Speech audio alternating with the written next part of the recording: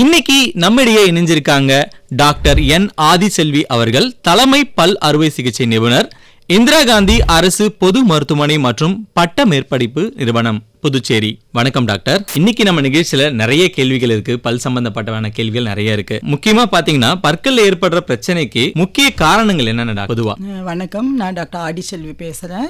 பல்ல ஆக்சுவலா காமன் டிசீஸ்னு பாத்தீங்கன்னா பல் சொத்தை தான். அது வர்றதுக்கு காரணம் மெயின் ரீசன் பல்ல கிளீனா வச்சுக்காதது தான். புவர் ஓரல் ஹைஜீன் சொல்லுவோம். வாயை நம்ம ஒழுங்கா பிரஷ் பண்ணி கிளீனா இல்லைன்னா டெஃபினட்டா பல் சொத்தை வந்துடும். அதுதான் மெயின் டிசீஸ். நெக்ஸ்ட் ஈறு சம்பந்தப்பட்ட வியாதி. பல் சொத்தை எப்படி ஃபார்ம் ஆகுதுன்னு ஆல்மோஸ்ட் உங்க எல்லாருக்குமே தெரிஞ்சிருக்கும். வாயில நிறைய பாக்டீரியாஸ் இருக்கு. நம்ம ப்ராப்பரா எதுவும் சாப்பிட்டுட்டு அந்த ஸ்டிக்கி ஃபுட்ஸோ இல்ல சுகர் இன்க்ரீஸ்டு ஃபுட்டோ நைட்ல அந்த பல்லு மேல படிஞ்சிருந்தா பாக்டீரியாஸ் ஆக்ட் பண்ணி ஒரு ஆசிட் செக்ரியேட் பண்ணி அந்த பல்ல கரைக்க ஆரம்பிக்கும். அதுதான் பல் சொத்தை. இதுதான் மெயின் டிசீஸ் இந்த ஓரல் கேவிட்டி. வாயில வர்றது இதுதான் நமக்கு. Okay doctor. இப்ப மெயினா பாத்தீங்கன்னா பிரஷ் பண்ணாவே பாதி ப்ராப்ளம் நம்ம சால்வ் பண்ணிடலாம். பற்களை டெஃபினட்டா பண்ணிடலாம். இப்போ ஒரு நாளைக்கு சில பேர் பாத்தீங்கன்னா 2 வேளை ஃபாலோ பண்றவங்க இருக்காங்க. மத்தவங்க பாத்தீங்கன்னா மார்னிங் மட்டும் பிரஷ் பண்ணிடுறாங்க. மெயினா என்ன ஒரு டிப்ஸ் கொடுத்தீங்கன்னா இது பண்ணா நம்ம ரொம்ப நாளா இந்த பிரச்சனையில இருந்து தவிர்க்க முடியும் அப்படின்ற மாதிரி என்ன டாக்டர் சொல்ல முடியல? ஆக்சுவலா நம்ம பிரஷிங்னு பாத்துட்டீங்கன்னா நீங்க சொன்ன மாதிரி மெயினா ப்ராப்பரா பிரஷ் பண்றதுதான் மஸ்ட் எல்லாருக்குமே. பிரஷிங் பாத்தீங்கன்னா குழந்தையில இருந்து நம்ம ஸ்டார்ட் பண்ணணும். குழந்தை பிறந்து ஒரு ஃபியூ மந்த்ஸ்லயே அம்மா பால் கொடுத்த பிறகு அவங்க ஃபிங்கர் டிப்ஸ் வச்சு லேசா அந்த சின்ன சின்ன பால் பல்ல நல்லா தேய்ச்சி கிளீன் பண்ணணும். அதுவே ஒரு 6 மாசம் 7 மாசம் கழிச்சு பல்லு நல்லா கொஞ்சம் ஸ்டெடியா ஆன பிறகு கையில நம்ம ஃபிங்கர் கிளவ் கூட இருக்கு, லேசா அதுல பிரிசில்லாம் வச்சிருக்கோம். அது வச்சு குழந்தைக்கு அந்த பல்ல சும்மா ஒரு 2-3 தடவை ஒவ்வொரு பால் ஃபீட் பண்ண பிறகு தேய்ச்சி விடணும் அந்த பல்ல. அதுவே இன்னும் கொஞ்சம் வளர்ந்த பிறகு ஒரு வயசு அப்படி ஆன பிறகு நீங்க சாஃப்ட் பிரஷ், பேபி பிரஷ் எல்லாம் இருக்கு, அது குழந்தைக்கு எப்படி யூஸ் பண்ணணும் நீங்க சொல்லி தரணும். மார்னிங் ஒன்ஸ் டெஃபினட்டா பிரஷ் பண்ணணும். பேஸ்ட் சும்மா கண்ணாபின்னா நிறைய எல்லாம் அந்த பிரஷ் ஃபுல்லா அப்ளை பண்ணிட்டு தேய்க்க கூடாது. ஏன்னா பசங்களுக்கு ஒரு என்ன சொல்றது, ஒரு ஆசை இருக்கும், நிறைய பேஸ்ட் தேய்ச்சி அதை பாதி எல்லாம் முழுங்கிட்டு அந்த மாதிரி எல்லாம் பண்ணுவாங்க. அது பேஸ்ட் எல்லாம் போட்டா அதுங்களுக்கு ஒரு ஜாலி. பிரஷ் பண்ண சொன்னா தேய்ச்சிட்டு பாதி சாப்பிட்டுக்கிட்டு அதுல வர இப்ப ரொம்ப பிளேவர் எல்லாம் வருது, இஷ்டத்துக்கு யூஸ் பண்ணுவாங்க குழந்தைங்களுக்கு. பட் அதை நம்ம என்டர்டெயின் பண்ணக்கூடாது. ஒரு அரிசி அளவு தான் பேஸ்ட் வைக்கணும் குழந்தைங்களுக்கு. வச்சு அதை நல்லா ஸ்ப்ரெட் பண்ணி விட்டு வெயிட் பண்ணி ஒரு 2 மினிட்ஸ் பிரஷ் பண்ணா போதும். பிரஷ் பண்ணிட்டு நல்லா காகல் பண்ணணும். காலையில ஒவ்வொரு தடவையும் அவங்க ஏதாவது ஆஃப்டர் ஈச் மீல் கட்டாயம் வாய் கொப்பளிக்கணும். செகண்ட், நைட்டு தூங்குறதுக்கு முன்னாடி கட்டாயம் பிரஷ் பண்ணணும். அதுவும் நீங்க பேஸ்டே யூஸ் பண்ணாட்டினா கூட பரவாயில்ல, நல்ல ஒரு தண்ணியில வார்ம் வாட்டர்ல பிரஷ் டிப் பண்ணிட்டு நல்லா ஒரு 3 தடவை அழகா ஃபுல் மவுத்தையும் வெறுமனே பேஸ்ட் எதுவும் இல்லாம வாஷ் பண்ணலாம். ஆமா, நல்ல அந்த சாஃப்ட் பிரிசில் போட்டு நல்லா பிரஷ் பண்ணி காகல் பண்ணணும். பிளஸ் நீங்க பசங்க நடுவுல நிறைய ஸ்நாக்ஸ் சாப்பிடுங்க. லைக் அந்த சாக்லேட்ஸ் ரொம்ப கொடுக்க முடியாது, நீங்க ஓரளவுக்கு கொடுத்தீங்கனாலும் எனி ஸ்டிக்கி ஃபுட்னா உடனே வாயை கொப்பளிக்கணும். அது ரொம்ப மஸ்ட். நைட்டு பால் கொடுத்தா கட்டாயம் வாயெல்லாம் கொப்பளிச்சுட்டு தான் படுக்கணும். ஏதும் பல்லுல போய் தங்கிடக்கூடாது. பல்லு ஸ்மூதா இருக்கிற ஸ்ட்ரக்சர் கிடையாது, அப்ஸ் அண்ட் டவுன்ஸ் இருக்கும். ஏன்னா மெல்லருக்காண்டி நமக்கு அமைப்பு அப்படி இருக்கும். அதனால கட்டாயம் போய் ஒட்டிக்கும். ஸ்டிக்கி எதுவும் ஒட்டி தான் ஆகும் உங்களுக்கு. டாக்டர், நீங்க இப்ப கொப்பளிக்கிறத பத்தி சொல்லியிருந்தீங்க இல்லையா? பொதுவாகவே நம்ம காலையில ஏதாவது சாப்பிடுவோம், அதுக்கப்புறம் வாய் கொப்பளிப்போம், அதுக்கப்புறம் ஒரு ஸ்நாக்ஸ் மாதிரி ஏதாவது சாப்பிடுவோம். அந்த டைம்லயும் நம்ம கொப்பளிக்கணுமா டாக்டர்? இப்ப தண்ணி குடிக்கும் போது அது கொப்பளிச்சு நம்மளே அது குடிச்சிடலாமா இல்ல துப்பிட்டு தான் ஆகணுமா? ஏதும் ஸ்நாக்ஸ் சாப்பிட்டா கூட நீங்க வாயை காகல் பண்ணிட்டு கொப்பளிச்சுட்டு மற்ற வேலையை நீங்க பண்ணணும். அப்பதான் டெஃபினட்டா இருக்கலாம். ஏதும் நம்ம வாயில ஒட்டிக்கல, உங்களுக்கே தெரியும். இல்லைன்னா வாயில இந்த ஏதோ நீங்க சமோசா, அந்த பஃப் எல்லாம் இப்ப வர்றது எல்லாமே உங்களுக்கு தெரியும், எல்லாம் ஜங்க் ஃபுட் தான். டெஃபினட்டா ஒட்டிக்கும். மீனே மாதிரி தோஸ் டேஸ் நீங்க பனங்கிழங்கு அந்த மாதிரி நம்ம சாப்பிடுவோம், ஃபைப்ரஸா இருக்கும். இப்ப அதெல்லாம் ஒண்ணுமே இல்ல. எது மாவு பொருள் ஈஸியா சாப்பிடுறது, ஈஸியா டைஜஸ்ட் பண்ணிடுவோம், அவசரமா ஃபாஸ்ட் ஃபுட் தான். அதனால எப்பொழுதுமே நீங்க ஈவன் காஃபி டீ குடிச்சிட்டு கூட நிறைய பேர் இந்த டேஸ்ட் வேணும்னு அப்படியே அது வாயை வச்சுக்கிட்டே இருப்பாங்க. காஃபி டீ அதெல்லாம் குடிச்சா கூட நீங்க வாயை கொப்பளிக்கிறது ரொம்ப நல்லது. இந்த டீ ஸ்டெயின்ஸ்லாம் கூட உங்களுக்கு நீங்க நிறைய பேரை பார்க்கலாம், முன்பல்லாம் கொஞ்சம் அதுக்கு அவங்க நிறைய டீ குடிச்சிட்டே இருப்பாங்க. இந்த நர்சஸ் இந்த மாதிரி டே அண்ட் நைட் ஒர்க் பண்றவங்கலாம் அப்போ நீங்க இந்த காஃபி டீ எல்லாம் குடிச்சிட்டு கூட வாயை கொப்பளிச்சிட்டீங்கன்னா அட்லீஸ்ட் உங்க ஈஸ்தெட்டிக் பாயிண்ட் ஆஃப் வியூ உங்க ஆன்டீரியர்ஸ்லாம் கொஞ்சம் நல்லா பளிச்சுன்னே இருக்கும். நிறைய பேர் கேளுங்களேன், காஃபி கொப்பளிங்கன்னா அந்த வாசனை, அந்த டேஸ்ட் நாக்குல இருந்து கொஞ்ச நேரம் வரைக்கும் இருக்கணும்ன்றதுக்காகவே கொப்பளிக்காம இருப்பாங்க. எனக்கு அந்த டேஸ்ட் வேணும் அதனால கொப்பளிக்காமலாம் வச்சுன்னு இருப்பாங்க. பட் நீங்க கொப்பளிச்சிங்கன்னா அட்லீஸ்ட் இந்த முன்பல்லுல படியிறது அதெல்லாம் ஏன்னா இப்ப இருக்க டீ நிறைய கலப்படமான பொருள் இருக்கு. நல்ல ஒரு ப்ரௌன் ஸ்டெயினை போட்டுருவாங்க. அது வந்து உங்களுக்கு நல்லா டெபாசிட் அப்படியே அப்படியே கொஞ்சம் டியூகோஸ் அப்படியே நிறைய பேர் வருவாங்க, முன்பல்லு ப்ரௌனா இருக்கு அந்த கலர் மாறணும்னு. அந்த மாதிரி நீங்க ஸ்மோக் பண்றவங்க கூட நீங்க பாத்தீங்கன்னா அந்த நிக்கோட்டின் ஸ்டெயின் நிறைய இருக்கும். இந்த மாதிரி எக்ஸ்டர்னலா வர்றது வந்து டெபாசிட் ஆயிடும் ஈஸியா உங்களுக்கு. ஸோ மெயின் வந்து காக்லிங். இந்த பல் சம்பந்தப்பட்ட பிரச்சனைகளுக்கு நம்ம மெயினா வந்து வாய் கொப்பளிக்கிறதுல இருந்தே ஃபாலோ பண்ணாவே நமக்கு பெரும்பாலும் அதுக்கான பிரச்சனைகளை வந்து தீர்வு காண முடியும் இல்லையா டாக்டர்? டெஃபினட்டா. மற்றும் ஒரு கேள்வி டாக்டர், இந்த பல் சம்பந்தமான பிரச்சனைகள்ல மக்கள் கிட்ட போதுமான விழிப்புணர்வு இருக்குங்களா டாக்டர்? இப்ப குழந்தைகள் பொறுத்த வரைக்கும் நம்ம தான் சொல்லிக் கொடுக்கணும் குழந்தைகளுக்கு. நடுத்தர இருக்கிறவங்களுக்கு அவங்க பழகிக்கிறாங்க, பெரியவங்களுக்கு நாம அவங்களும் ஃபாலோ பண்ணிக்கிறாங்க. இதை பத்தி மெயினான விழிப்புணர்வு நம்ம மக்கள்கிட்ட இருக்குங்களா டாக்டர்? அஃப்கோர்ஸ் நம்ம பாண்டிச்சேரியை பொறுத்த வரைக்கும் விழிப்புணர்வு ஜாஸ்தி இருக்கு. ஏன்னா அதுக்குன்னே வந்து நம்ம கவர்மெண்ட் வந்து நிறைய ஸ்கீம்ஸ் வச்சிருக்காங்க. நடமாடும் பல் மருத்துவமனை அவங்கெல்லாம் வந்து ரொம்ப நல்லா பண்றாங்க. இப்போ ஜிஹெச்ல வந்து அது ஒரு டைப் ஆஃப் ட்ரீட்மெண்ட்னா இந்த அரசாங்கம் வந்து இந்த நடமாடும் பல் மருத்துவமனை நேர்ல வர முடியலனாலும் அங்கேயே போயிட்டு பொதுமக்களுக்கு பெரிஃபரி எல்லா பெரிஃபரி ஒரு 4-5 பிஹெச்சிஸ்லாம் வந்து டென்டல் சர்ஜன்ஸ் வச்சிருக்காங்க, சேர் வித் ஆல் ஃபெசிலிட்டிஸ். ரெகுலரா ஸ்கூல் விசிட் போறாங்க. பிரைமரி ஒரு 5 வயசுல இருந்து அவங்க வந்து 12 இயர்ஸ் 18 இயர்ஸ் ஸ்டூடெண்ட்ஸை ரெகுலரா விசிட் பண்றாங்க. அதனால அவேர்னஸ் வந்து ரொம்ப ஜாஸ்தி. 2 months பேக் கூட ஸ்கூல்ல பப்பட் ஷோலாம் காமிக்கிறாங்க ரிகார்டிங் டென்டல் கேரிஸ். ஸோ பிள்ளைங்க வந்து அதை பார்த்து முடிச்சுட்டு போகக்குள்ள அதுங்களுக்கு ரொம்ப நல்லா அந்த மனசுல செம்ம நல்லா பதிஞ்சிடுது. டாக்டர்ஸ் படிச்சு எக்ஸ்பிளைன் பண்றதை விட அந்த ஷோ மூலியமா அந்த பிள்ளைங்க ரொம்ப ஹாப்பியா நல்லா கிராஸ் பண்ணிக்குதுங்க, கத்துக்கிறாங்க, ரொம்ப நல்லா கத்துக்கிறாங்க. அது ரொம்ப நல்லா இருந்துச்சு. நான் நேரா போயிருந்தேன் கெஸ்ட், அதுக்கு ரொம்ப ரொம்ப அப்ரிஷியேட் பண்ற மாதிரி இருந்தது. பிளஸ் நீங்க வந்து இப்ப மராத்தான், இந்த வாக்கத்தான் என்னென்னோ ஷோஸ் பண்றாங்க. ஸ்கூல்ல போய் வந்து கவிதை போட்டி, பல் சொத்தை பத்தி காம்படிஷனு, எஸ்ஏ ரைட்டிங் நிறைய கண்டக்ட் பண்றாங்க காலேஜஸ் ஸ்கூல்ஸ்லாம். இன்ஃபேக்ட் டென்டல் அவேர்னஸ் நான் இங்க ஜாயின் பண்ண புதுசுல இருந்ததை விட இப்ப பாத்தீங்கன்னா த பெஸ்ட்னு சொல்லலாம். பிள்ளைங்களுக்கு நல்ல நாலேஜ். நீங்க சொன்ன மாதிரி எது இருக்கோ இல்லையோ டெஃபினட்டா 2 டைம் பிரஷ் பண்ணணும், வாய் கொப்பளிக்கணும், முட்டாயெல்லாம் வந்து நடுவுல இஷ்டத்துக்கு சாப்பிடக்கூடாது. அதெல்லாம் நமக்கு முன்னாடி அந்த பிள்ளைங்க அவ்வளவு வந்து அவங்களோட குழந்தைகள் தான் சொல்லி கொடுக்குறாங்க. இப்போலாம் போய் நீங்க பிள்ளைங்கள்ட்ட போய் இன்னைக்கு ஈவினிங் மதியானம் போயிட்டு நீங்க அம்மாட்ட என்ன சொல்லுவீங்கன்னா இதுங்க கரெக்டா ரிப்பீட் பண்ணுதுங்க. அந்த அளவுக்கு ஷோஸ் வந்து நல்லா பண்றாங்க. அது வந்து பாண்டிச்சேரியில உண்மையிலேயே ரொம்ப அப்ரிஷியேட் பண்ற விஷயம் இது. ஓகே டாக்டர், இப்போ இந்த பல்லுல வந்து இந்த மாதிரி சொத்தை ஏற்பட போகுது அப்படின்றதுக்கு முன்னாடியே நமக்கு ஏதாவது அறிகுறிகள் தெரியும், வலிகளோ இல்ல அது மாதிரி ஏதாவது முன்னாடியே அறிகுறிகள் என்னென்ன டாக்டர் தெரியும்? ஆக்சுவலா ஒரு பல்லுக்கு சொத்தை வருதுன்னா பல்லு வந்து மேல இருக்க லேயர் எனாமல், அதுக்கப்புறம் டென்டின், அப்புறம் தான் வந்து லிவிங் டிஷ்யூ, அதாவது ரத்த ஓட்டம்லாம் இருக்கும். 3 லேயர் மெயினா.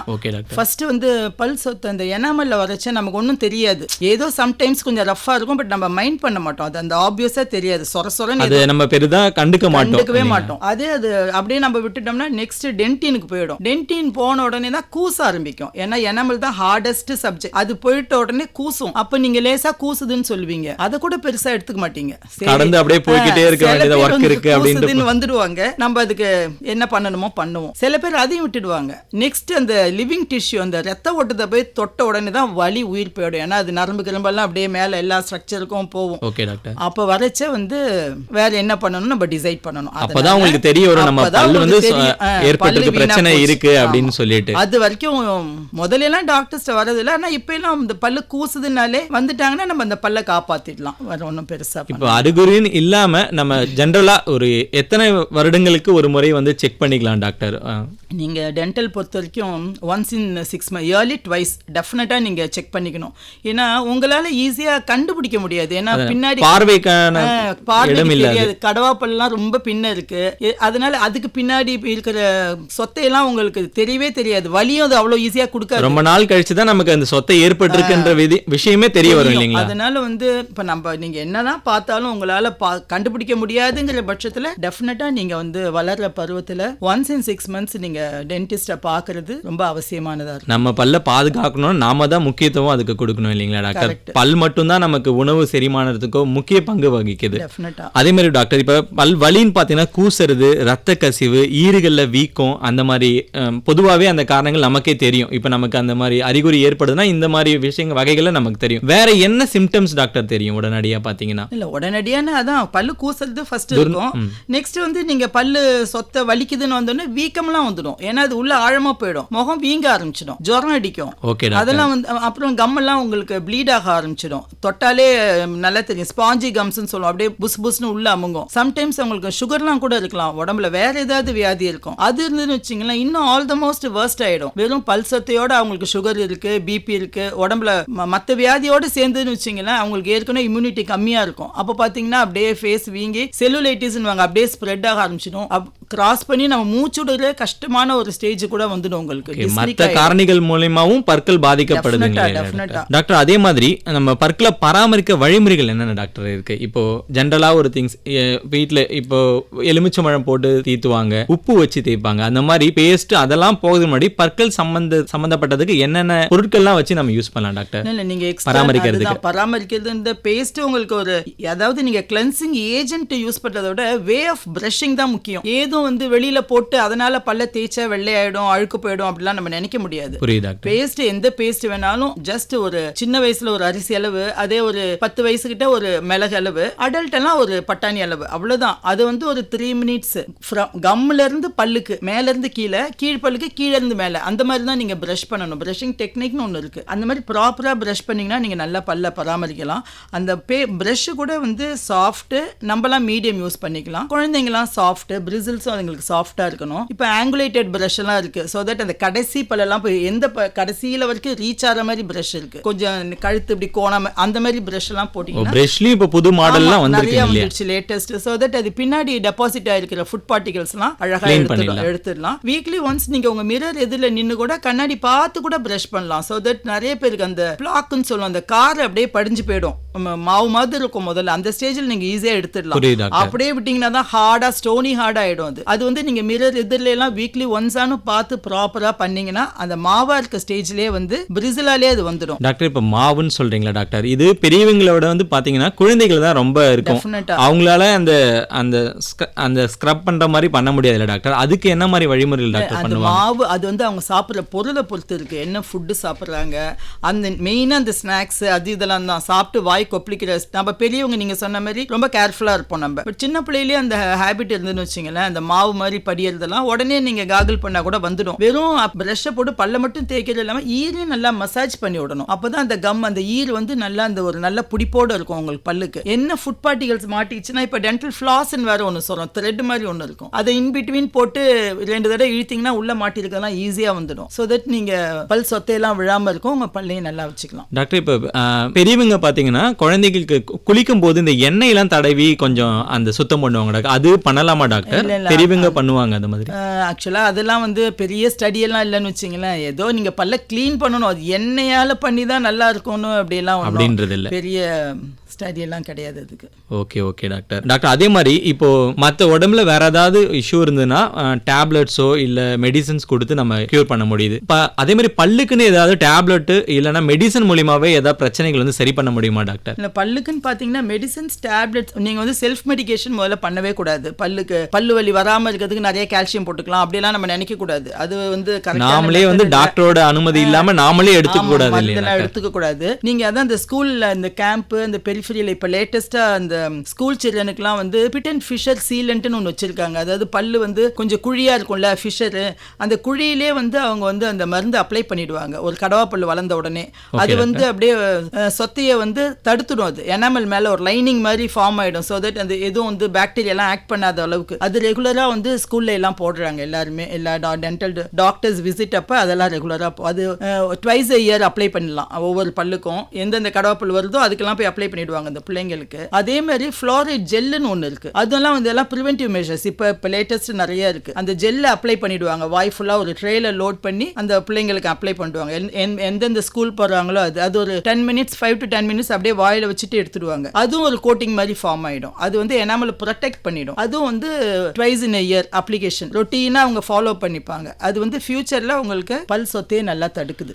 டாக்டர் அதே மாதிரி பாத்தீங்கன்னா இப்ப பரம்பரை வியாதின்னு சொல்லுவாங்க இல்லையா, அப்பாக்கு இருக்கும் தாத்தாக்கு இருக்கும்னு சொல்லுவாங்க. அந்த மாதிரி பற்களோட வரிசைகள்லயோ இல்ல பற்கள்ல ஏற்பட பிரச்சனைகளுக்கும் அது மாதிரி பரம்பரை மூலியமா தொடருமா டாக்டர்? அது ஆக்சுவலா பல்லு வந்து இந்த ஹெரிடிட்டரிங்கிறது வந்து அப்பியரன்ஸ் வந்து இருக்கும். சம்டைம்ஸ் தோற்றம் அந்த மாதிரி தோட்டத்தை வந்து அம்மா அப்பா யாருக்கான்னு கொஞ்சம் பல்லு எடுப்பாக இருக்குன்னா பிள்ளைங்களுக்கு அந்த மாதிரி அதே ஃபார்மேஷன் வரதுக்கு நிறைய சான்ஸ் இருக்குது. எஸ்பெஷலி பார்த்தீங்கன்னா முன்பல்லு வந்து நிறைய பிள்ளைங்களுக்கு கொஞ்சம் எடுப்பாக இருக்கும், நடுவில் ஒரு கேப் வேறு இருக்கும். உடனே வந்துடுவாங்க இடுக்கு பல்லாக இருக்குது, ஏதாவது கிளிப்பு போட்டு உள்ளே தள்ளுவீங்களான்னு. பட் அப்போ நம்ம வெயிட் பண்ண சொல்லுவோம். பக்கத்தில் கேனைன் அந்த சிங்கப்பல் வந்துச்சுன்னா இது ரெண்டும் கொஞ்சம் அட்ஜஸ்ட் ஆகிடும். அது வரைக்கும் பார்க்கலாம் நம்ம.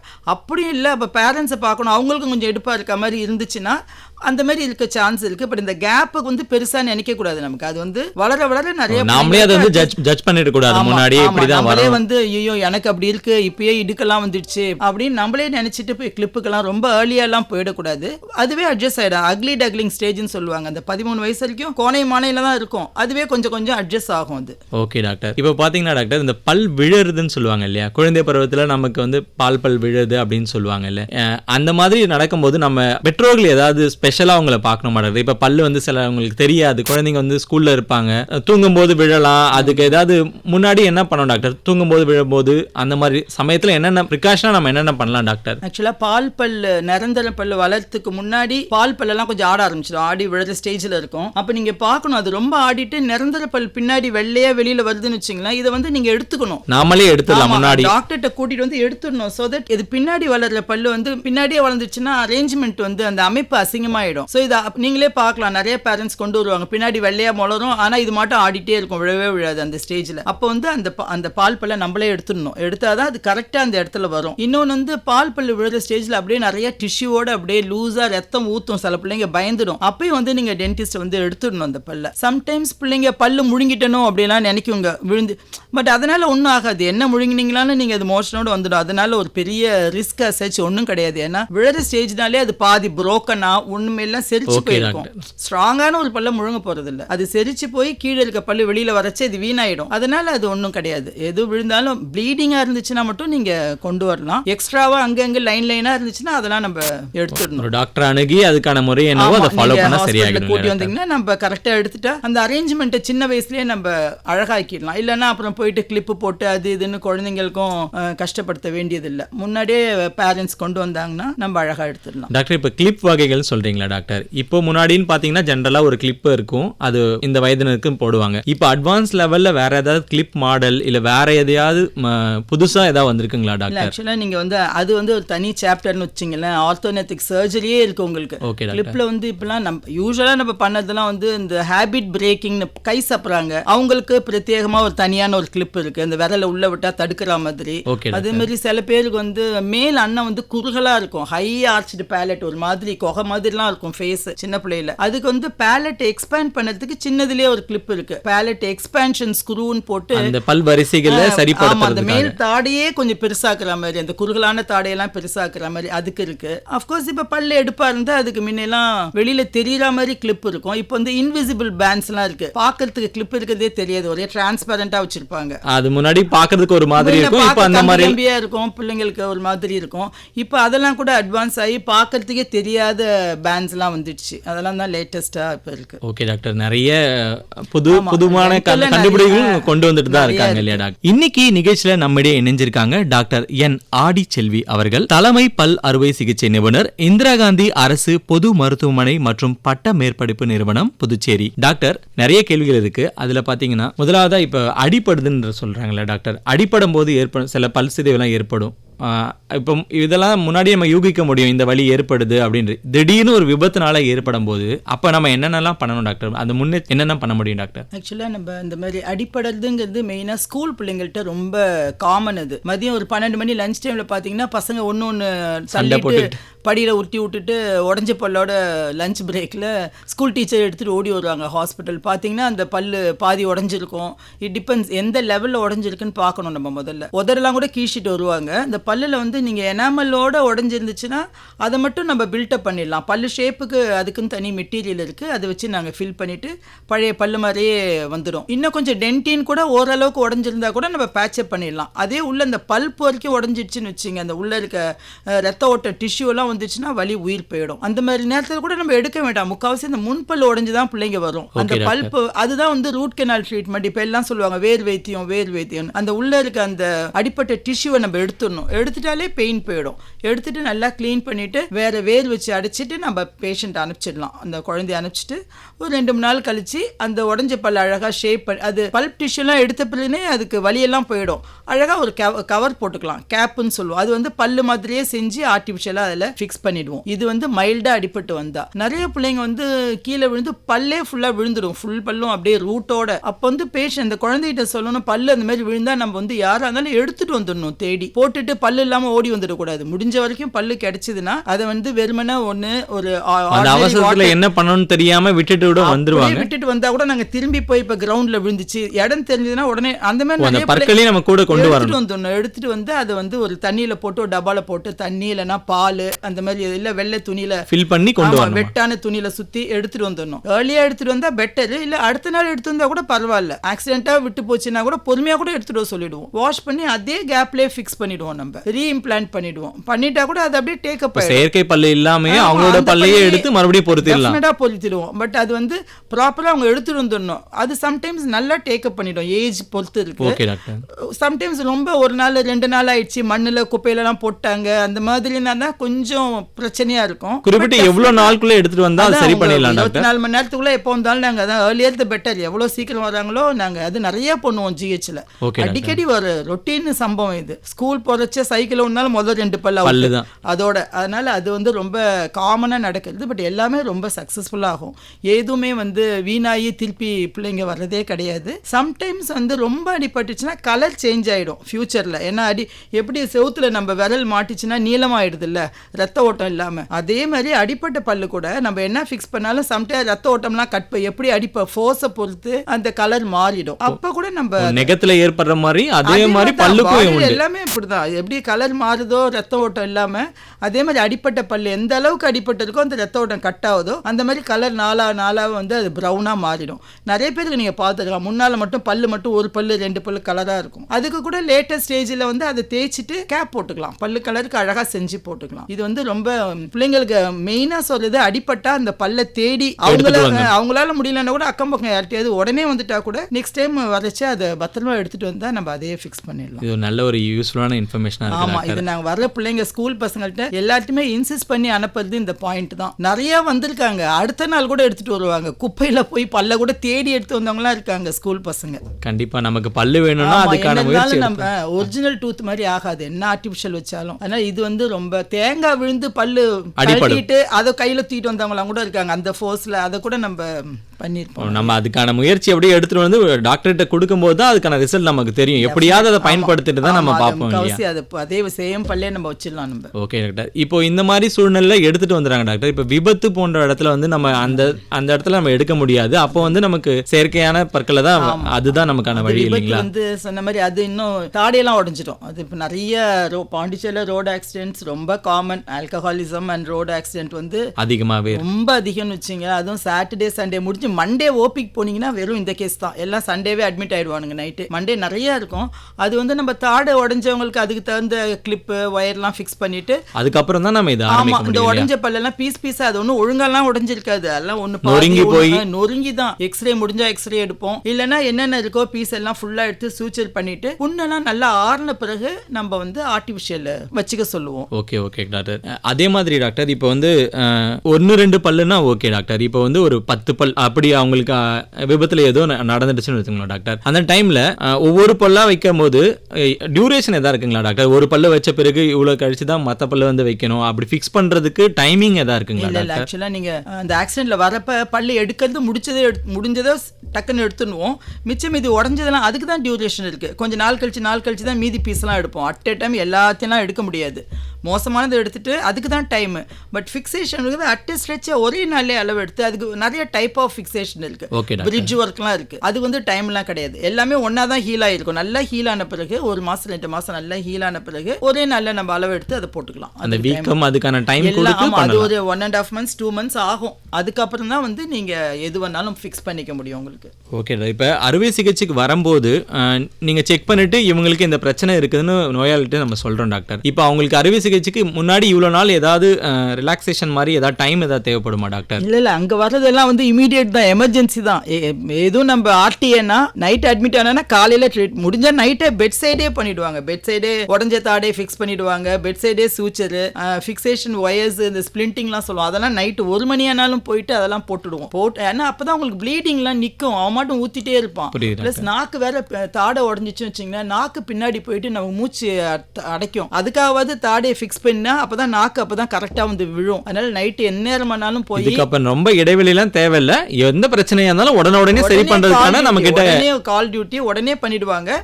மீதி வந்து மார்னிங் மற்றது பிளான் எல்லாம் அடுத்த நாள் காலையில கேரி அவுட் பண்ணிடுவாங்க. இதுல வந்து திங்க் பண்றதுக்குலாம் டைம் கிடையாது. Okay doctor. அதே மாதிரி பாத்தீங்கன்னா இப்போ அட்வான்ஸ் லெவல்ல ஏதாவது அறுவை சிகிச்சை ஏதாவது புதுசா கொண்டு வந்திருக்காங்களா டாக்டர்? அட்வான்ஸ்னா இல்ல, எப்பவுமே தாடையெல்லாம் உடஞ்சதுன்னா முன்னெல்லாம் வெறுமனா ஒயர் மட்டும் தான் நாங்க வைப்போம். ஒயர் எப்படி நீங்க கால் உடஞ்சிச்சுன்னா நம்ம மாவு கட்டு மெயின் ஐடியா வந்து அசையாம இருக்கணும். தாடை உடஞ்சா அசையாம இருக்கணும், அப்பதானே எலும்பு கூடும். மாவு கட்டு போடுவோம் காலெல்லாம் ஆடாம இருக்க. ஆனா இப்போ வந்து பிளேட் எல்லாம் வைக்கிறாங்க. அதே மாதிரி வாயிலையும் ஆடாம இருக்கணும்னா நாங்க ஒயர் போட்டு மேலையும் கீழே, மேல் பள்ளியும் கீழ் பள்ளியும் கட்டிடுவோம். வாயை திறக்க முடியாது நீங்க, அதுதான் லைன் ஆஃப் ட்ரீட்மெண்ட். ஆனா இப்ப வந்து ஓப்பன் பண்ணி பிளேட் வச்சிடுறாங்க, உடஞ்ச இடத்துல வந்து பிளேட். அப்போ வந்து நீங்க வாயை கட்ட வேண்டாம், ஏன்னா அந்த பிளேட் பிடிச்சிக்கும், எங்க உடஞ்சிருக்கோ அது ஃபிக்ஸ் ஆயிடும். ஆமா, மினி பிளேட்ஸ் நிறைய இருக்கு, அதை பிளான் பண்ணி அதை ஃபிக்ஸ் பண்ணிடுவாங்க. இப்போ இன்னைக்கு ஃபிக்ஸ் பண்ணாங்கன்னா ஒரு 2-3 நாள்லயே அவன் வாயை திறந்து கொஞ்சம் எல்லாமே சாப்பிடலாம். ஆனா முன்னெல்லாம் வந்து 45 days நாங்க ஒயரோட தான் இருப்போம். அவன் வெறும் ஸ்ட்ரா வச்சு கஞ்சி தான் குடிக்கணும், வாய் திறக்கூடாது. திறந்தா ஆடு மென்னு சாப்பிடுறதோ அந்த மாதிரி எந்த பழக்கமும் இருக்கக்கூடாது. லிக்விட் டயட் தான், ஸ்ட்ரால தான் கொடுப்பாங்க. வெறும் தண்ணி ஆகாரம், கஞ்சி, கூழது. இப்போ வந்து இந்த பிளேட் ஃபிக்ஸ் பண்ணுறது தோசம் ஸ்டெடி ஆயிடுவோம். ஸோ தட் நம்ம எது வேணா கொஞ்சம் செமி சாலிடா, ரொம்ப கடாமுடான்னு விளையாட்டுனா கூட செமி சாலிட் டயட்டு ஒரு 2-3 டேஸ்லேயே அவன் சாப்பிட ஆரம்பிச்சிடலாம். லேட்டராக கொஞ்சம் நல்லா ஸ்ட்ராங்காக இருக்கும் மேண்டிபிள். மெயினாக இந்த யங் ஸ்டூடெண்ட்ஸ்ல தானே வர்றாங்க, 17லேருந்து 30-35 தான் ரொம்ப வந்து பாதிக்கப்படுறாங்க. காமனா ஆக்சிடென்ட் அந்த பிள்ளைங்க தான். ஸோ இந்த லைன் ஆஃப் ட்ரீட்மெண்ட் அவங்களுக்கு ரொம்ப நல்லா இருக்கும். அதே மாதிரி ஆர்த்தோனெட்டிக் சர்ஜரி, பல்லு எடுப்பா இருக்கிறதுக்கு இப்போ தாடியே கட் பண்ணியே உள்ள தள்ளுறாங்க. அது கொஞ்சம் லேட்டஸ்ட்டாக நிறையா பண்ணுறாங்க. So aesthetic point of view, உங்கள் பார்வைக்கு உங்களுக்கு எந்த அளவுக்கு காஸ்மெட்டிக்காக நீங்கள் நல்லா லுக் இருக்கணுமோ அந்த சர்ஜரியும் இப்போ நிறையா பண்ணுறாங்க. அந்த தோற்றம் எதுவும் மாறுபாடு இல்லாமல் முன்னாடி எப்படி இருந்தாங்களோ அதே மாதிரி உங்களை அழகுபடுத்துகிற மாதிரி அந்த ட்ரீட்மெண்ட்டும் நிறையா பண்ணிட்டு இருக்காங்க. அதே மாதிரி இப்போ அந்த மாதிரி அதிநவீனமாக நம்ம ட்ரை பண்ணும்போது அவங்களோட முகத்தில் எந்த மாறுபாடும் இருக்காமல் முன்ன மாதிரியே இருக்குங்களா? முடிஞ்ச வரைக்கும். சம்டைம்ஸ் ரொம்ப பெரிய ஆக்சிடென்ட்னு வச்சிங்களேன், மேஜர் ஆக்சிடென்ட்லாம் கொஞ்சம் உங்களுக்கு அப்பியரன்ஸ் கொஞ்சம் சேஞ்ச் ஆகும். ஏன்னா வாயோட போறது இல்ல, மேல் தாடை, எலும்புகள், கண்ணு எலும்பு, அப்படியே ஓவரால் பாத்தீங்கன்னா சில பேருக்கு அது கொஞ்சம் ஃபியூ தான் அப்படியே உள்ள முகம் உள்ள போட மாதிரி ஆயிடும். அந்த மாதிரியும் கொஞ்சம் பேஷண்ட்ஸ் இருக்காங்க. அது லைஃப் லாங் கொஞ்சம் அவங்களுக்கு அது ஒரு இதாயிடும். இந்த அறுவை சிகிச்சைக்கு பிறகு அவங்களால இயல்பா சாப்பிடுறது கொஞ்சம் நாட்கள் கழிச்சு அவங்களால இயல்பா இருக்க முடியுமா டாக்டர்? எப்பயும் போல சாப்பிடுறது, இப்ப பாத்தீங்கன்னா ஒரு கரும்பு கடிக்கிறாங்க, அந்த மாதிரி ஒரு கடினமான பொருள் ஏதாவது சாப்பிடுறாங்கன்னா முன்னாடி நாமளே பல்லால கடிச்சு சாப்பிட முடியும். இந்த மாதிரி ஒரு விபத்துகள்லயோ இல்ல ஏற்படும் போது இந்த சிகிச்சையெல்லாம் முடிஞ்ச பிறகு அவங்களால இயல்பா அந்த மாதிரி சாப்பிட முடியுமா டாக்டர்? ஆக்சுவலாக இந்த விபத்து ஏற்பட்டு இந்த அரேஞ்ச் பண்ணக்குள்ளே வந்து மேல் தாடைக்கு அக்ளூஷன், இந்த இப்படி கடிக்கிறது கரெக்டாக நம்ம ஃபிக்ஸ் பண்ணோன்னு வச்சிங்களேன், அந்த மாதிரி பேஷண்ட்ஸ் ஆஃப்டர் ட்ரீட்மெண்ட் கூட ஓரளவுக்கு, ஏன்னா பல்லோட பல்ல அமைப்பு நல்லா இருக்கும், மென்று சாப்பிடுவாங்க. ரொம்ப மோசமாக சில பேர் தாடை கண்ணாபினான்னு மேலேயும் தூக்கின்னு இருக்கச்சு அது கொஞ்சம் அட்ஜஸ்ட் பண்ணி அசம்பிள் பண்ணுறது கொஞ்சம் கடினமாகிடும் அவங்களுக்கு. ஏன்னா நிறைய அசோசியேட்டடாக இருக்கும், இதை இழுத்தா அங்கே போவோம், அங்கே இழுத்தா சம்டைம்ஸ் லேட்டாக வருவாங்க, உடனே வர மாட்டாங்க. ஒவ்வொரு ஹாஸ்பிட்டலாக போயிட்டு அங்கே 2 நாள் இங்க 2 நாள் அப்படிலாம் வரைச்சு அது தாறுமாறா வேற அதுவே கொஞ்சம் கூடிடும். அந்த நாளும் கடத்தக்கூடாது. அந்த மாதிரி பேஷண்ட்ஸ்க்கு வந்து எப்ப அந்த அக்ளூஷன் மாறி போயிருக்கோ அவங்க வந்து கொஞ்சம் கஷ்டப்படுவாங்க மென்னு சாப்பிட. அஃப்கோர்ஸ் சாப்பிடலாம், கடினமான பொருளை கொஞ்சம் அவாய்ட் பண்ணணும் அவங்க தான். மற்றபடி நார்மலா பல் அமைப்பு வந்துட்டவங்க ஒரு 45 நாள் கொஞ்சம் நாங்க சாஃப்ட் டயட்டு, லிக்விட் டயட்டுன்னு சொல்லுவோம். 45 days கழிச்சு ஓரளவுக்கு அவங்க சாப்பிடலாம். ஆனா அந்த அலைன்மெண்ட் மாறினவங்க தான் கொஞ்சம் சொன்ன மாதிரி முறுக்கு, அதெல்லாம் கரும்பு அதெல்லாம் கடிக்க முடியாது. எப்பொழுதுமே கொஞ்சம் ஸ்மாஷ் பண்ணி தான் அவங்க சாப்பிட வேண்டியிருக்கும். அதை தவிர வேற ஒன்றும் பெருசா அவங்களுக்கு கஷ்டம் இருக்காது. சில பேருக்கு வாய் திறக்க இந்த காண்டேன்னு சொல்லுவோம், இந்த மூட்டு அங்கே தான் அடிபட்டு தொல்லை பண்றவங்களுக்கு வந்து வாய் திறக்கிறதுலையும் மூடுறதுலையும் கஷ்டம், கொஞ்ச நாள் கழிச்சு கொஞ்சம் கஷ்டம் வரும். அது வந்து நம்ம எக்ஸசைஸ்லாம் சொல்லி தருவோம், குச்சியெல்லாம் வச்சு வாயை திறந்து மூடுறதுக்குலாம் சொல்லி, அது ஒரு நிறைய எக்ஸசைஸ் இருக்கு. அது இது மாதிரியான எக்ஸசைஸ்லாம் இருக்கு. பிசியோதெரபி ஓரல், நீங்க எப்படி கை கால் நடக்காம இருக்கிறதுக்கு என்னென்ன பிசியோதெரபி மாதிரி ஓரல் பிசியோதெரபி இருக்கு. இந்த ஜா மூமெண்ட்ஸ்லாம் நாங்கள் சொல்லி கொடுப்போம். ரெகுலராக அது பண்ணால் அது இந்த டைட்னஸ்லாம் கொஞ்சம் ஃப்ரீ பண்ணி ஓரளவுக்கு நீங்கள் லைஃப் லாங் கொஞ்சம் நல்லா இருக்கும். அது சில பேர் கொஞ்ச நாள் செஞ்சு விட்டுட்டாங்கன்னு வச்சுங்களேன், அது அப்படியே ஃப்ரீஸ் ஆகிடுற மாதிரி ஆயிடுச்சுன்னா வாயை திறக்க முடியாமல் வருவாங்க, கஷ்டப்படுவாங்க. அதனால அந்த மாதிரி கொஞ்சம் எக்ஸசைஸ்லாம் வந்து இந்த ஆக்சிடென்ட் பேஷண்ட்ஸ்க்கு வந்து நிறைய சொல்லி கொடுப்போம். ஓகே டாக்டர், இப்போ எனக்கு ஒரு டவுட் டாக்டர். இப்போ வயதான ஆகுறாங்க டாக்டர், பல்லோட ஆயுள் வந்து எவ்வளவு நாள் வரைக்கும் இருக்கும் டாக்டர்? பல்லு வந்து நீங்க என்ன 90 வயசு கூட தான் பல்லு நல்லா இருக்கு. அது வந்து டிபெண்ட்ஸ் ஆன் யுவர் இண்டிவிஜுவல் தான். உங்க உடம்பு எப்படி இருக்கு, நீங்க என்ன ஃபுட் எப்படி பற்கள் நம்ம எப்படி பராமரிக்கிறோமோ அதுதான் உங்க பாரம்பரியம். உங்களோட நீங்க கேட்டீங்களா அந்த ஜெனரேஷன், உங்க தாத்தா பாட்டிக்கெல்லாம் எப்படி இருக்கு, நீங்க எப்படி வச்சுக்கிறீங்க, நீங்க எப்படி மெயின்டைன் பண்றீங்க, அதை பேஸ் பண்ணி தான் லைஃப், உங்க பல்லோட லைஃபே. அதுக்கு வந்து இந்த லைஃப்லாம் கிடையாது. இப்போ நீங்க டயபெட்டிக்னு வச்சிங்களா, ஒரு 30 வயசுல டயபெட்டிக்னா போக பல்லு லூஸ் ஆக ஆரம்பிச்சிடும். முதல்ல பாதிக்கப்படுறது பல்லு தான். ஆமா, நீங்க டயபெட்டிக் பேஷண்ட், அவன் டயபெட்டிக்னே தெரியாது. நம்ம கிட்ட வரைச்சு ஒரு பல்லு, இப்போ நீங்க எங்க இருப்பீங்க, எல்லாமே நல்லா இருக்கும், பளிச்சுன்னு இருக்கும், ஆனா ஒரு பல்லு லேசா ஆடும். என்ன ஆடுதே, நீங்க சுகர் போட்டீங்கன்னா நீங்க டயபெட்டிக்கா இருப்பீங்க. ஃபர்ஸ்ட் சைன் வந்து அந்த கடவா பல்லு லேசா ஆடும். நிறைய பேஷண்ட்ஸ் டென்டல்ல வந்து தான் அவங்க சுகர் இருக்குன்னே கண்டுபிடிச்சிட்டு போவாங்க. அதனால பல்லு வந்து ஒரு என்ன சொல்றது, உடம்புல நிறைய வியாதிக்கு அது ஒரு அறிகுறியை காமிச்சு கொடுக்கும்னு வச்சுங்களேன். அந்த அப்புறமேல் தான் அவங்க சுகர்னு சொல்லி நிறைய ட்ரீட்மெண்ட் எடுக்க ஆரம்பிப்பாங்க. சுகர் பேஷண்ட்ஸுக்கு கம்மு முதல்ல அஃபெக்ட் ஆகி லூஸ் ஆக ஆரம்பிச்சிடும். அப்போ நல்ல பல்லு கூட ஆட ஆரம்பிக்கும். சொத்தையே இருக்காது அதில், ஆனால் அவனுக்கு சுகர் இருக்கும். ஸோ அந்த மாதிரி நம்ம உடம்பை பொறுத்து தான் இருக்குது நம்ம பல்லோட. வேற என்ன நோய்கள்லாம் வந்து பல்ல மெயினா தாக்கும் டாக்டர்? இப்போ டயபெட்டிஸ் எப்படி சொல்றீங்களோ வேற ஏதாவது ரீசன் இருக்குங்களா டாக்டர்? இல்லை, மெயின் வந்து சுகர் இருந்தால் பல்லு ஜாஸ்தி தொல்லை பண்ணும். நெக்ஸ்ட் வந்து நமக்கு கேஸ்ட்ரைட்டிஸ் இருந்துச்சுன்னு வச்சிங்களேன், ஈறு வீக் ஆகிடும். வயிற்றுல புண்ணு இருந்துகிட்டே இருக்குன்னு வச்சிங்களேன், அப்போ ஈரில் ரத்தம் வரும். அதுவும் ஒரு காரணம். ஆமாம், நீங்கள் ஈரில் ரத்தம் இதேமாதிரி தான். ஹெல்த்தியான பேஷண்ட் ஈரில் ரத்தம் வருது, பல்லெல்லாம் நல்லா இருக்குது, அழுக்கு இல்லை, காரம் இல்லை, ஆனால் ஈரில் மட்டும் ரத்தம் வருதுன்னா அவன் வேறு என்னன்னு கேட்கணும். வயிற்றில் ஏதாவது பிரச்சனை வச்சுருப்பான், அப்போ தான் தெரியும் அவனுக்கு கேஸ்ட்ரைட்டிஸ் இருக்குன்னு. அந்த மாதிரி பேஷண்ட்டுக்கும் ஈரில் ரத்தம் வரும். இப்போ வரை டெங்கு சீசனு, பல்ல ஈரில் ரத்தம் வருதுன்னா நம்ம நெக்லெக்ட் பண்ண முடியாது, செக் பண்ணணும். பார்த்தீங்க ஃபீவர் இருக்குது, ரத்தம் வருதுன்னா பார்த்தா அவன் டெங்குவாக இருப்பான். அந்த மாதிரி நிறைய கண்டிஷன்ஸுக்கும் கம் ப்ளீடிங் வந்து ஒரு சிம்டம். இந்த வழினாலும் நம்ம என்ன நோய் ஏற்பட போதுன்னு நம்ம பல் மூலியமாவும் தெரிஞ்சுக்க முடியும். வியாதி உள்ளுக்குள்ளே இருக்க வியாதிக்கு பல்லு வந்து ஒரு கண்ணாடி தான், நம்ம ஈஸியாக கண்டுபிடிக்கலாம். நிறைய இதை கான்சன்ட்ரேட் பண்ணாலே நமக்கு டயக்னோசிஸ் வந்து ஃபஸ்ட்டு நம்மளே கண்டுபிடிச்சிடலாம் இந்த வியாதி உள்ளே இருக்குன்னு சொல்லிட்டு. டாக்டர், இன்னொரு விஷயம் டாக்டர், இப்போ வந்து சில பேர் வந்து சாப்பிடும்போது பார்த்தீங்கன்னா லைட்டாக மென்று சாப்பிடுவாங்க, சில பேர் கொஞ்சம் டைம் எடுத்து பொறுமையாக சாப்பிடுவாங்க. இத்தனை நிமிஷம் வரைக்கும் மெல்லணும் அப்படின்ற மாதிரி ஏதாவது இருக்குங்களா டாக்டர்? எது இருந்தாலும் சொல்லுவாங்களே, நொறுங்க தின்னா 100 வயசுன்னு, அது ரொம்ப கரெக்ட். எவ்வளோக்கு எவ்வளோ நம்ம மசிச்சு பல்ல நல்லா மென்று சாப்பிட்னா நிறைய சலைவா உமிழ்நீர் செக்ரியேட் ஆகும். அதுதான் வந்து உங்களுக்கு டைஜஷன் செரிமானத்துக்கு முக்கியம். அதனால எந்த ஃபுட்டாக இருந்தாலும் நீங்கள் எது சாப்பிட்டாலும் அது ஃபுல்லாக மசிகிற வரைக்கும் நீங்கள் நல்லா மென்று சாப்பிட்டா தான் வந்து உங்கள் உடம்புக்கே அது நல்லா எல்லா இடத்துலையும் போய் ரீச் ஆகும். ஏன்னா சலைவா வேணும் நமக்கு. எச்சில் வாயில் இல்லைன்னு வச்சிங்களேன், அது வேற நிறைய வியாதி குடிக்கும். வாய் ட்ரை மவுத். இப்போ அந்த ஏசிலே ரொம்ப நாள் இருந்தோம், நம்ம ரொம்ப எக்ஸ்போஸ் ஆகிட்டே இருக்கும். அப்போ வந்து அப்பப்போ நீங்கள் வாயை வந்து வெட் பண்ணிக்கிட்டே இருக்கணும். தண்ணி கொஞ்சம் அந்த டைம் தகுந்த மாதிரி தண்ணியும் குடி. ஆமாம், சலைவா இல்லாமல் வாய் வச்சிங்கன்னு வச்சிங்க, ட்ரை ஆயிடுச்சுன்னா நிறைய பாக்டீரியாஸ் வந்துடும். ஹாலிடோசிஸ், ஒரு வாயிலேருந்து ஒரு வாடை வர ஆரம்பிச்சிடும். இதுவும் பற்களை பாதிக்கிற மெயின்.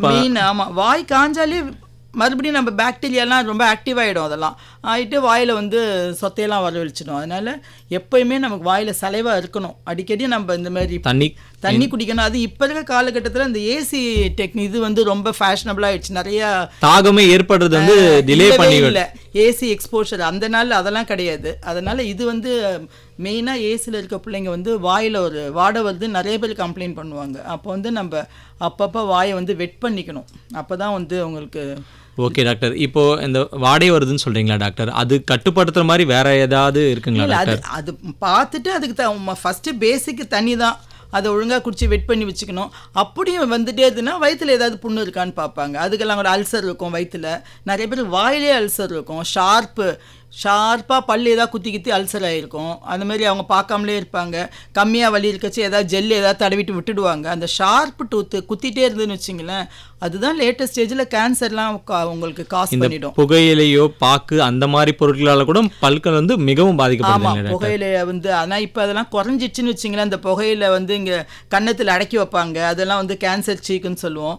பட் இப்போ வந்து ஆஃப் லேட் அதுக்கு பதில் இப்போ லேட்டஸ்ட்டாக பசங்க என்னென்னவோ யூஸ் பண்ணுறாங்க. என்னவோ அந்த புது அந்த டெக்னாலஜி மாதிரி இதுவும் இந்த போதைப் பொருளுக்கு என்னென்ன நிறைய வருது. லிப்ல வச்சுன்னு இருக்காங்க நிறைய ஒரு பசங்க பாத்தீங்கன்னா லிப்ல பாத்தீங்கன்னா ஒரு பெரிய ஒரு வெள்ளையா வெளுத்து போன லீஷன் மாதிரி இருக்கு. இதெல்லாம் வந்து இப்ப எங்க ஏஜுக்கு நாங்க இதெல்லாம் பார்த்து கத்துக்க வேண்டியதா இருக்குன்னு வச்சுங்களேன். கேட்டா அந்த பசங்க சொல்றாங்க புது புது போதைப்பொருள் எல்லாம் வந்துடுச்சு. பட் அதெல்லாம் வேற வாயில வந்து கேன்சர் நிறைய, அது எந்த அளவுக்கு தாக்குன்னு கூட தெரியாமயே அதெல்லாம் பயன்படுத்திடுறாங்க. இப்ப இருக்க லாங் ரன்ல பயன்படுத்திட்டு அது எரியுதுங்கிற ஸ்டேஜுக்கு நம்ம கிட்ட வந்தா பார்த்தா அவங்க ஹேபிட் இருக்குது. இதா என்னென்னோ போடுறாங்க. இப்போ லேட்டஸ்ட்டாக நிறைய சொல்கிறாங்கன்னு வச்சுங்க. அது எல்லாமே மியூக்கஸ் மெம்பரியனை அஃபெக்ட் பண்ணும். ஏன்னா சாஃப்ட் மெம்பரியன் நம்ம மியூக்கஸ் சிலதுக்கு தான் அது வந்து பழகி இருக்கு. இந்த மாதிரி புதுமையான ஒரு பொருள் பற்களுக்கே அது வந்து என்ன பண்ற அதோட எதிர்வினையே அது செயல்படுது. ஈருக்கும் பல்லுக்கெல்லாம் அது தெரியறது இல்லை. மோரோவர் எல்லாம் ஸ்ட்ராங்கான இதோ இருக்கிறதோசம் அது வந்து உடனடியாக அதுக்கான தீர்வு தெரிஞ்சிருது இல்லையா? அவங்க எரியச்சு தான் வருவாங்க. அப்போ வந்து நம்ம மறுபடியும் பயாப்சி அது இதுன்னு பண்ணிட்டு இதை வெளியிலையும் சொல்ல முடியாது. மற்ற பிரச்சனைனா உடனே சொல்லிடலாம். இதை டாக்டர்கிட்ட அணுகும்போது அதுக்கான ஸ்பெஷல் கேர் எடுத்து தான் பார்க்கணும். அவங்களுக்கு அது என்னன்னு தெரியறது இல்லையே. நீங்க சொன்ன மாதிரி இது ஆஃப்டர் எஃபெக்ட்லாம் தெரியறதே இல்லை. ஏதோ எரியுது என்னோ இது வச்ச தோசைன்னு வராங்க. பட் வரக்குள்ளேயே அது ஏதோ புண்ணோடு தான் வருவாங்க. அப்போதான் வந்து நம்ம அந்த ஹேபிட் எல்லாம் விட சொல்கிறோம். அது நிறைய பண்ணிட்டு இருக்கோம். கேன்சர் ஸ்க்ரீனிங்னு நிறைய பண்ணுறோம். அது வந்து இந்த வாய்ப்புண்ணெல்லாம் முன்ன இருந்த அதெல்லாம் போயிடுச்சு. வெத்தலை பாக்கெல்லாம் போயிடுச்சு. அதுக்கு பதில் இதெல்லாம் வந்துடுச்சு. ஓகே, நேர்கள் கேட்டுக்கொண்டிருக்கும் இந்த நிகழ்ச்சி ஹலோ டாக்டர். இன்னைக்கு நிகழ்ச்சியில நம்மிடையே இணைஞ்சிருக்காங்க டாக்டர் என் ஆழிசெல்வி அவர்கள், தலைமை பல் அறுவை சிகிச்சை நிபுணர், இந்திரா காந்தி அரசு பொது மருத்துவமனை மற்றும் பட்ட மேற்படிப்பு நிறுவனம், புதுச்சேரி. டாக்டர், இப்போ நிகழ்ச்சியில் நிறைய கேள்விகளுக்கு ஆன்சர் பண்ணியிருந்தீங்க டாக்டர். இப்போ அடுத்ததாக பார்த்தீங்கன்னா பெரியவங்க பார்த்தீங்கன்னா ஒரு பல் விழுதுன்னா அதை வந்து சரி பண்ண மாட்டாங்க. பரவாயில்ல இன்னொரு பல் விழட்டும் பார்த்துக்கலாம் அப்படின்னு சொல்லிட்டு கடந்து போயிட்டே இருப்பாங்க. இப்போ ஒரு 3-4 பல்லு மொத்தமாக அவங்களால சரி பண்ண முடியலன்னு டாக்டரே அணுக முடியலன்னா அதனால என்னென்ன பிரச்சனைகள் டாக்டர் ஏற்படும்? ஆக்சுவலாக இப்போ ஒரு மிடில் ஏஜோ இல்லை சின்ன வயசு பிள்ளைங்களோ பல்ல முன்பல்ல காமனாக விழுறது முன்பல்லுன்னு வச்சிங்களேன். விழுந்துடுச்சுன்னா அவன் வந்து அதை ரீப்ளேஸ் பண்ணாமல் இருந்தால் அவனுடைய செல்ஃப் கான்ஃபிடென்ஸே அவனை லூஸ் பண்ணிவிடுவான். முதல்ல வந்து என்ன நான் கான்ஃபிடென்ட்டாக இருக்கேன்னா என்ன எனக்கு பிடிக்கணும், அப்புறம் தான் மற்றவங்க வந்து நம்மளை பிடிக்கிறதானான்னு யோசிப்பான். அது அந்த செல்ஃப் கான்ஃபிடென்ஸ்க்கு வந்து அப்பியரன்ஸ் வந்து ஒரு மெயின் ரீசன். அதனால் இப்போ காலேஜ் பசங்க எல்லாமே முன்பல்ல விழுந்துச்சுன்னா அவங்க உடனே ரீப்ளேஸ் பண்ணிடணும். ஏன்னா பல்லெல்லாம் எப்படின்னா எப்படி லைப்ரரியில் புக்ஸ் அடுக்கி வச்சுருக்காங்க அந்த மாதிரி வரிசையாக இருக்கணும். ஒரு புக்கு விழுந்துச்சுன்னா பக்கத்து புக்கெலாம் அப்படியே லேசாக சரிஞ்சிடும். அது அதே இடத்துல நிற்காது. அதே ஹிஸ்ட்ரி தான் நம்ம ஸ்டோரி தான் பல்லுக்கும். ஒரு பல்லு விழுந்துச்சு இப்போ முன்பல்லுனா உடனே வந்து ஃபிக்ஸ் பண்ணிப்பாங்க. அஃப்கோர்ஸ் தாமதிக்க மாட்டாங்க. ஏன்னா பேசுறச்ச அழகு அந்த தோற்றத்துக்காக வந்துடுவாங்க. ப்ளஸ் பேசுறச்ச வந்து சலைவா வேற எதிரில் இருக்கவங்க மேலே தெளிக்கும். ஏன்னா அது உள்ளேயே இருந்துடாது. அந்த கேப் வழியா தெளிக்க ஆரம்பிக்கும். பேச்சு வேற மாறிடும். கொஞ்சம் கொஞ்சம் போச்சுன்னா சொல்லு போச்சுங்கிற மாதிரி குளறி பேசுவாங்க. இதே இன்னும் கொஞ்சம் பெரியவங்க ஒரு 2-3 கடவா பல்லு போயிடுச்சுன்னு வச்சுங்க, அவங்களுக்கும் அதே தான். பல்லு போயிட்டு அப்படியே விட்டாங்கன்னா பின்னாடி இருக்க பல்லு இன்னும் நகர்ந்து இந்த இடத்துல வந்து படுத்துட்டு அது லூஸ் ஆகிருப்போம். அப்போ நம்ம அதையும் எடுக்க வேண்டி வரும். மேல் பல்லு எடுத்துட்டிங்கன்னா மேலேயும் கீழேயும் ஒன்றா இருந்தால் தான் ரெண்டும் அதே இடத்துல இருக்கும். கீழ்ப்பல் எடுத்துட்டா மேல் பல் அப்படியே இறங்கி வந்து கீழே இடிக்கும். கீழ்ப்பல் எடுத்துட்டா மேலே ஏறி போய் மேலே இடிக்கும். அந்த இடம்லாம் புண்ணாயிடும். அப்போ அதையும் லூஸ் பண்ணணும். கீழே போயிடுச்சுன்னா நம்ம மேலேயும் அப்புறம் எடுக்க வேண்டி வரும். எப்போ அது விழுதோ உடனே அதை ரீப்ளேஸ் பண்ணிடணும். இல்லைன்னா அடுத்த பல்லுக்கு அந்த பாதிப்பு ஏற்படுறது குறைஞ்சிடும். ஆமாம், அடுத்த சப்போர்ட் அதை நகர ஆரம்பிச்சிடும். எல்லாம் நகர்ந்து ஓவரால் நீங்கள் பார்த்தீங்கன்னா அப்படியே இடுக்கு பல்லாக தெரியும். அந்த ஒரு கேப் வந்து ஃபுல்லாக அப்படியே பெருசாகிடும். எல்லா இடத்துக்கும் பரவன மாதிரி ஆகிடும்.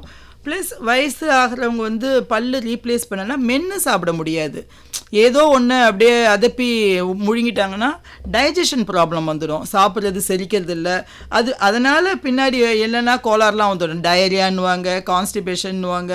ப்ராப்பராக மென்று சாப்பிட்னா எஸ்பெஷலி இந்த கடவாப்பல் விழுந்த பிறகு டெஃபினட்டாக நீங்கள் ரீப்ளேஸ் பண்ணிக்கிட்டா தான் வந்து ஓரளவுக்கு நீங்கள் நல்லா மென்று சாப்பிடலாம்.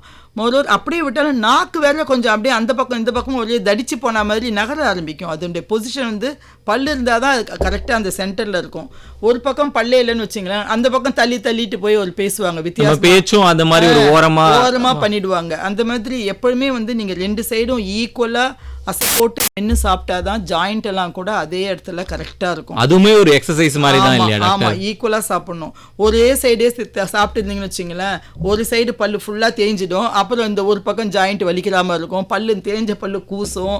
அதனால் எப்பொழுதுமே 2 பக்கமும் வந்து நீங்கள் நல்லா மென்று ஈக்குவலாக டிஸ்ட்ரிபியூட் பண்ணி சாப்பிட்டீங்கன்னா தான் உங்களுக்கு ஃபுட்டும் டைஜஸ்ட் ஆகும், உங்களுடைய பல்லுங்களும் அது அந்த ஷேப்பில் அந்த சைஸில் இருக்கும். ஓகே டாக்டர், இப்போ டைஜஷன் சொல்லும்போது பற்களுக்குன்னு ஸ்பெஷலாக ஏதாவது ஊட்டச்சத்து உணவுகள் இருக்குங்களா டாக்டர்? பற்களுக்குன்னு வந்து மெயினாக வந்து நீங்கள் கால்சியம் ரிச் அஃப்கோர்ஸ் பால், முட்டை, ஃபிஷ்ஷு, ஹை ப்ரோட்டீன் டயட் அதெல்லாம் நீங்கள் சாப்பிடலாம். ப்ளஸ் வந்து மெயினாக ஃபைப்ரஸ் ஃபுட்ஸ் சாப்பிடணும். ரொம்ப மாவு ஸ்டிக்கி அவாய்ட் பண்ணணும், எஸ்பெஷலி பல்லை பொறுத்த வரைக்கும். ஃபைப்ரஸ் ஃபுட்ஸ்னு நீங்கள் பார்த்தீங்கன்னா கீரை, பிள்ளைங்களுக்கு கீரை கொடுக்கலாம். அதான் பழம், காய் அதெல்லாம் அந்த காலத்தில் அதெல்லாம் ரொம்ப நிறைய வச்சுருந்தாங்க. நம்மலாம் மென்று அந்த நார்கள்லாம் அதை ரொம்ப நாள் மின்னிட்டே இருப்போம் வாயில், நம்ம அந்த குச்சியை கடிச்சிக்கிட்டு. அதேமாரி கரும்பெல்லாம் கூட வந்து அந்த ஃபைபர்லாம் வந்து நீங்கள் மென்று சக்கையாக சாப்பிட்றப்ப அதுவே வந்து உங்களுக்கு பல்லை வந்து ப்ரஷிங் டெக்னிக்கெலாம் அதுவே பண்ணிடும், எல்லா மூலையிலையும் போய் பல்லு க்ளீன் ஆகிடும். அதனால் மெயினாக ஃபைப்ரஸ் ஃபுட்ஸ் வந்து ரொம்ப மஸ்ட்டு கம்முக்கும் பல்லுக்கும். இப்போ பார்த்தீங்கன்னா காய்கறி சாப்பிட்லாம் நீங்கள், பச்சை கேரட்டு அந்த மாதிரி இது நார் நிறைஞ்ச காய்கறி புடலங்காய். பட் அஃப்கோர்ஸ் பிள்ளைங்களுக்கு கொடுக்கறது நமக்கு கொஞ்சம் கஷ்டமான காரியம்தான். இருந்தாலும் இதெல்லாம் வந்து நீங்கள் டயட்டில் வச்சுக்கிட்டிங்கன்னா பல்லு ஓரளவுக்கு அந்த கிளென்சிங் எஃபெக்டோடு நல்லாவே இருக்கும், ஸ்ட்ரென்த்தனாகவும் இருக்கும் உங்களுக்கு. ஓகே டாக்டர், ரொம்ப அருமையாக சொன்னீங்க டாக்டர். டாக்டர், இன்னொரு விஷயம் பார்த்தீங்கன்னா, ஏதாவது சாப்பிட்ட பிறகு அந்த பல்லு குத்துறதுன்னு ஒரு பழக்கம் இருக்குங்க இல்லையா? எதை பார்த்தினாலும் இது மாட்டிக்குது அப்படின்னு சொல்லிட்டு பல்ல எதை வேணால் எடுத்து குத்துவாங்க, தொடப்ப குச்சி அந்த மாதிரி ஊக்கால் இது பண்ணுவாங்க. அந்த மாதிரி விஷயங்கள்லாம் தவிர்க்கிறதுக்கு வேறு என்னென்ன பண்ணலாம் டாக்டர்? இப்போது ஒரு மாமிசம் சாப்பிடும் போதுன்னு பார்த்தீங்கன்னா, முன்னாடிலாம் என்ன சொல்லுவாங்கன்னா, தேங்காவை நல்லா முன்னாடி வெறுமனே தேங்காய் மென்று சாப்பிட்டுட்டு இதை சாப்பிடும்போது அந்த இடுக்குகள்லாம் போயிட்டு அந்த தேங்காய்கள் வந்து ஒட்டிக்கும், அது பிறகு அதை நம்ம சாப்பிடும்போது கூட பெருசாக பாதிப்பு ஏற்படாதுன்னு சொல்லுவாங்க. அந்த மாதிரி அதை தவிர்க்கிற மாதிரி வேறு ஏதாவது டிப்ஸ் இருக்குங்களா? அந்த இன்பிட்வீன் கேப், இந்த பல்லு எடுக்கல கேப்புங்கிறது காமன் ப்ராப்ளமாக எடுத்து எல்லாருக்குமே. மெயினாக இந்த மாதிரி நீங்கள் நார்மல் ஹெல்த்தியான பேருக்கும் இருக்குது, ப்ளஸ் இந்த டயபெட்டிக்கும் இன்னும் ஜாஸ்தி இருக்கும். அப்போ வந்து இந்த மாதிரி கறியெல்லாம் சாப்பிட்றச்சு அந்த ஃபைபர் மாட்டிட்டுனா அதுக்கு தான் நீங்கள் டென்டல் ஃப்ளாஸிங்னு ஒன்று இருக்குது, அது யூஸ் பண்ண சொல்லுவோம். அந்த டூத் பிக்கு அந்த பின்னெல்லாம் போடக்கூடாது, அது வந்து இன்னும் கொஞ்சம் இன்ஃபெக்ட் பண்ணி விட்டுடும் பல்ல. அந்த த்ரெட் மாதிரி இருக்கிறத இன்பிட்வீன் கேப்பில் போட்டு நீங்கள் எடுத்தீங்கன்னு வச்சிங்களேன், என்ன மாட்டியிருக்கோ அது ஈஸியாக வந்துடும். ஈவன் கீரையோட இது மாட்டினா கூட எது மாட்டினாலும் ஃபுல்லாக ஃப்ளாஸ் பண்ணிட்டீங்கன்னா வந்து ஓரளவுக்கு அந்த ஃபுட் பார்ட்டிகல்ஸ் வந்து டெஃபினட்டாக வெளியில் நைட்டு தூங்குறது இல்லைன்னா ஒவ்வொருத்தரையும் சாப்பிட்றப்ப மாட்டோம், அப்போ கூட நீங்கள் அதை யூஸ் பண்ணிக்கலாம். ஃப்ளாஸ் யூஸ் பண்ணிவிட்டு கொஞ்சம் காகிள் பண்ணிங்கன்னா மாட்டின பொருள் கட்டாயம் வெளியில் வந்துடும். எதையும் வந்து இன்ஜுரி பண்ணாது, ஈரெல்லாம் இன்ஜுரி பண்ணாது, அது வந்து எல்லா இடத்துலையும் இருக்குது. டென்டல் ஃப்ளாஸ்ன்னு கேட்கணும். அப்பார்ட் ஃப்ரம் ப்ரஷிங் இது போட்டுக்கலாம். ப்ளஸ் இன்டர்டென்டல் ப்ரஷ்னே விற்குது, சின்னதாக குட்டி குட்டி பிரிசில் வச்சு அதை கூட இன்பிட்வீன் அந்த கேப்பில் விட்டு 2 இழுத்திங்கன்னா அழகாக உள்ளே இருக்கிறதெல்லாம் வந்துடும். ரொம்ப மெலிசாக அழகாக வச்சுருப்பாங்க பிரிசிலோட, அது கூட யூஸ் பண்ணலாம். ஓகே டாக்டர், நிகழ்ச்சியில் இன்றைக்கி நிறைய கேள்விகள் இருந்தது, அதற்கான அழகான பதில் சொல்லியிருந்தீங்க. நேயர்களுக்கும் இது அனைத்தும் வந்து யூஸ்ஃபுல்லாக இருந்திருக்குன்னு நான் நினைக்கிறேன் டாக்டர். இன்றைக்கி நிகழ்ச்சியில் எங்களோட பங்குபடுறதுக்கு நிலையத்தின் சார்பாக மிக்க நன்றி doctor. Thank you sir. Thank you sir.